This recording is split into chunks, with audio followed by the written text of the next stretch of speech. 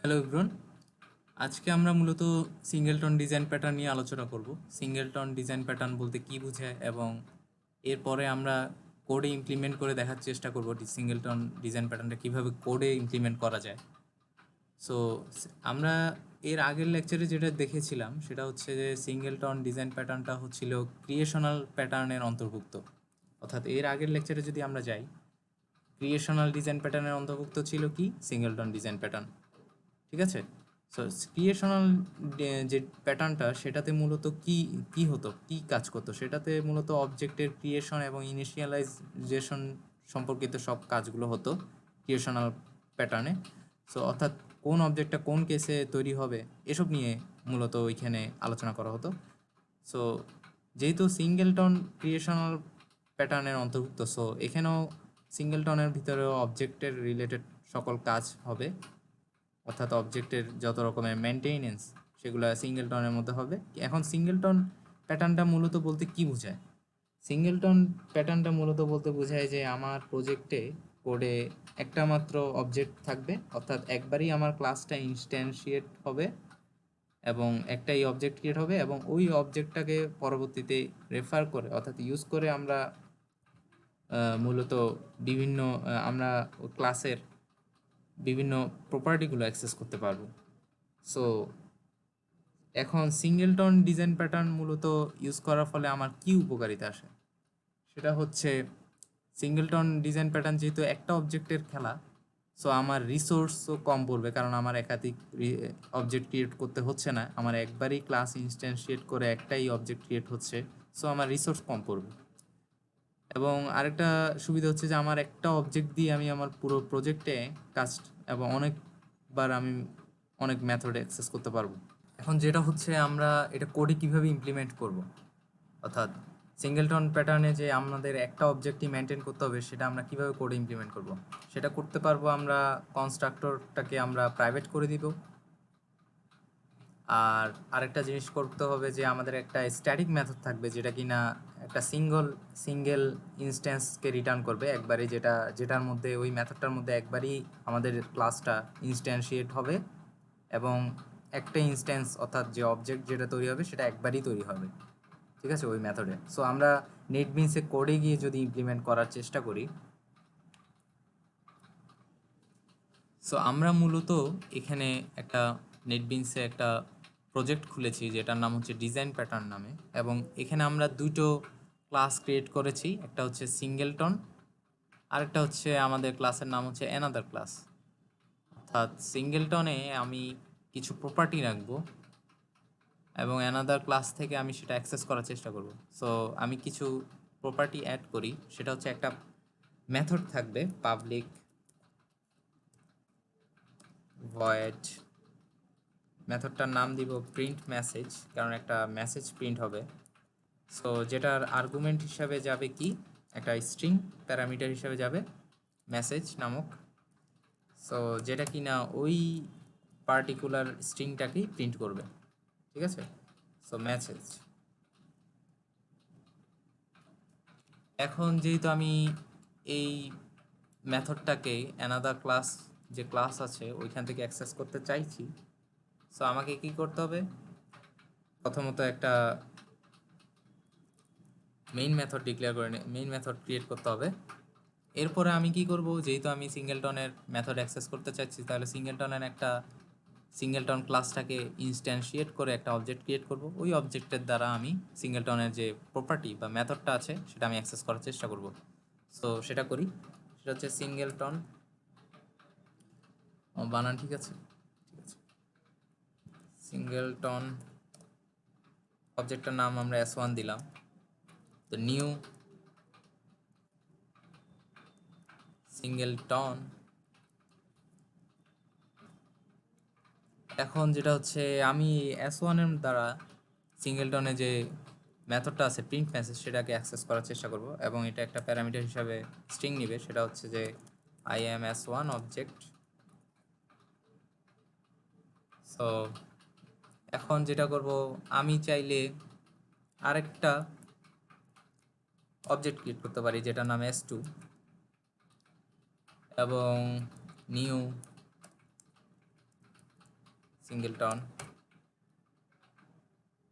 s2 dot print message. So এখানে আমি দিতে পারি যে I am s2 message,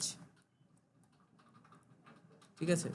so এখানে একটা ইরো দেখছে, ও আচ্ছা,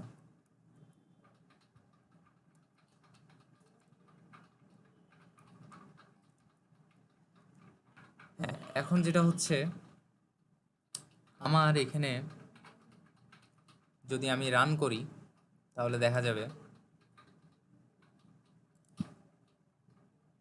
এখানে দেখুন আমাদের দুইটা যে মেসেজই প্রিন্ট হয়েছে। অর্থাৎ আমি এখানে কি করেছি, এখানে আমি যেহেতু এই সিঙ্গেলটন যে যা ক্লাসটা আছে সেটার যে একটা মেসেজ আছে সেটাকে আমি অ্যাক্সেস করার জন্য এখানে গিয়ে আমি একটা অবজেক্ট ক্রিয়েট করেছি, ঠিক আছে। সো অর্থাৎ এরকম অনেক ক্লাস থাকতে পারে, অ্যানাদার ক্লাসের মতো এমন অনেক ক্লাস থাকতে পারে, স্টুডেন্ট ক্লাস থাকতে পারে, এমপ্লয়ি ক্লাস থাকতে পারে। সো ওই সব ক্লাসেরও যখন এই সিঙ্গেলটন ক্লাসের এই মেথডটা ইউজ করার ইচ্ছা হবে বা অ্যাক্সেস করতে চাইবে, তখন কিন্তু এই সিঙ্গেলটন ক্লাসটাকে ইনস্ট্যান্সিয়েট করে S1 এবং S2 এর মতো তারাও অবজেক্ট ক্রিয়েট করবে। সো এখানে যেটা হচ্ছে যে বারবার আমার একটা সিঙ্গেল ক্লাসের যে মেথডটা আছে সেটাকে অ্যাক্সেস করার জন্য আমাকে বারবার ওই ক্লাসটাকে ইনস্ট্যান্সিয়েট করে বারবার অবজেক্ট তৈরি করা লাগতেছে। সো এই জিনিসটা আমি এখানে বুঝে যাবে আরও স্পষ্টভাবে যদি আমি এখানে একটা কনস্ট্রাক্টর ক্রিয়েট করি, যেটা হচ্ছে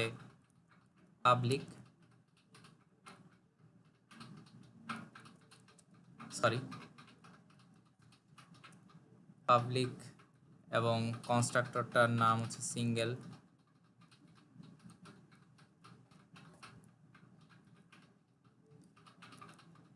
সিঙ্গেলটন।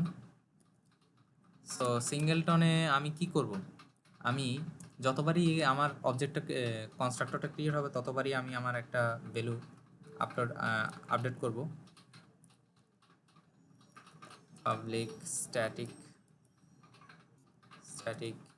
ইন্ট, ভ্যারিয়েবলটার নাম হচ্ছে কাউন্ট, যেটা কিনা কি করবে, যেটা হিসাব রাখবে যে আমার কয়বার আমার সিঙ্গেলটন যে কনস্ট্রাক্টরটা আছে সেটা কল হচ্ছে, ঠিক আছে। এখন আমি জাস্ট এটা প্রিন্ট করব, কি প্রিন্ট করবে, যে প্রিন্ট করবে কাউন্টের ভ্যালুটা, অর্থাৎ কয়বার আমার কনস্ট্রাক্টরটা কল হলো। সো এখন যদি আমি রান করে দেখার চেষ্টা করি, যেখানে আমার মেইন ক্লাসটা আছে সেখান থেকে রান করার চেষ্টা করি, এখানে দেখুন এখানে কিন্তু এক দিচ্ছে, অর্থাৎ একবার ফার্স্ট টাইম কল হয়েছে, এরপর সেকেন্ড টাইম কল হয়েছে S2 ক্রিয়েটের সময়, ঠিক আছে। অর্থাৎ আমি সিঙ্গেল একটা মেথড, একই ক্লাসের একটা মেথডকে আমি অ্যাক্সেস করার জন্য আমি বারবার অবজেক্ট ক্রিয়েট করতে যাচ্ছি, ঠিক আছে। সো যেটা কিনা সিঙ্গেলটনের যে আমাদের মূল কথা ছিল, অর্থাৎ যে আমাদের এক প্রজেক্টে একটা মাত্র একবারই শুধু আমার ইনস্ট্যান্সটা ক্রিয়েট হবে, ঠিক আছে। অর্থাৎ ইনস্ট্যান্সিয়েট হবে, ক্লাসটা শুধু একবারই ইনস্ট্যান্সিয়েট হয়ে একটাই ইনস্ট্যান্স বা অবজেক্ট ক্রিয়েট হবে। সো সেটার বিপরীত যাচ্ছে, অর্থাৎ আমার অ্যানাদার ক্লাসের মতো আরও অনেক ক্লাস থাকলে আমার তখনও কিন্তু ওই সিঙ্গেলটন ক্লাসটাকে ইনস্ট্যান্সিয়েট করে বারবার অবজেক্ট ক্রিয়েট করে ওই প্রিন্ট মেসেজ মেথডটাকে কল করতে হচ্ছিল। সো এই জিনিসটা আমাকে বাদ দিতে হবে। সো এই জিনিসটা আমি কিভাবে, এই ওয়েটা আমি বাদ দিব, সেটা হচ্ছে আমাদের যে সিঙ্গেলটন জাভা ক্লাসটা আছে সেখানে আমি এই জিনিসটা করতে পারি। কনস্ট্রাক্টরটাকে আমি যদি এটা যদি প্রাইভেট করে দিই, সেটা যদি করি, সো এখন যেটা হচ্ছে, এখন যদি আমি রান করতে চাই এখানে কিন্তু ইরর দেখাবে, অর্থাৎ কারণ এই কনস্ট্রাক্টরটা পাবলিক আর নাই, প্রাইভেট করা আছে, অর্থাৎ সে আর ইনস্ট্যান্সিয়েট হতে পারছে না, ঠিক আছে। এই ওয়েটা বাদ দেওয়া গেল, কিন্তু আমার তো অ্যাটলিস্ট একটা অবজেক্ট ক্রিয়েট করতে হবে, ঠিক না, যেটা ওই অবজেক্টটাকে পরবর্তীতে S1 এবং S2 রেফার করে কাজ চালাবে, ঠিক আছে। সো সেটার জন্য আমাদের যেটা করতে হবে সেটা হচ্ছে একটা স্ট্যাটিক মেথড নিব, অর্থাৎ ওই স্ট্যাটিক মেথডটাই আমার একটা মাত্র ইনস্ট্যান্সকেই সে রেফার করিয়ে দিবে, অর্থাৎ সেই ইনস্ট্যান্সটাই রিটার্ন হবে। সো যেটার জন্য আমি করতে গেলে প্রথমে একটা স্ট্যাটিক ভেরিয়েবল নিয়ে নিব এবং সেটা প্রাইভেট হবে।